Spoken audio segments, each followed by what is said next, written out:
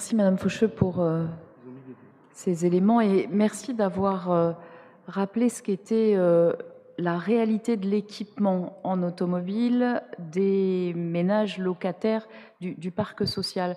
Je voudrais me permettre simplement un petit complément. Vous avez dit, Monsieur Ruiz, les pauvres ont le droit d'avoir un moyen de locomotion individuelle motorisé. Enfin, c'était le sens de votre expression, même si littéralement, je pense que ce n'est pas forcément l'expression que vous avez employée. Mais les pauvres doivent pouvoir avoir une voiture.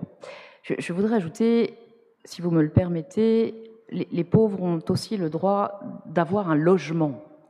Et c'est bien là, quand même, ce qui nous occupe principalement dans un moment particulier où la crise du logement social n'a jamais été aussi forte, s'expliquant de manière extrêmement clinique par une série de décisions, et notamment de décisions gouvernementales depuis 2017, avec la mise en place des ponctions vis-à-vis des bailleurs sociaux, dont nous avions dit consécutivement à la baisse des APL qu'il entraînerait une chute des capacités de production pour les bailleurs sociaux, et dont nous voyons aujourd'hui qu'effectivement, avec des bailleurs sociaux appauvris globalement, eh bien, nous avons une très grande difficulté sur l'ensemble du territoire national à produire du logement social. Je me permets de le dire là, maintenant, très précisément,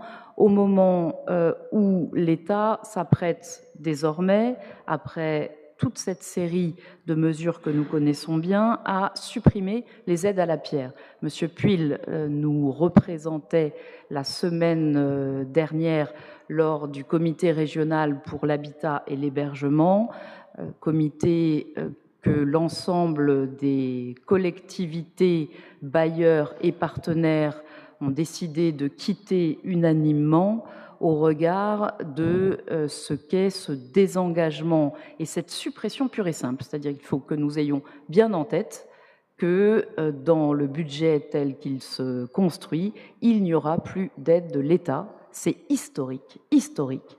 Plus d'aide de l'État pour construire du logement social.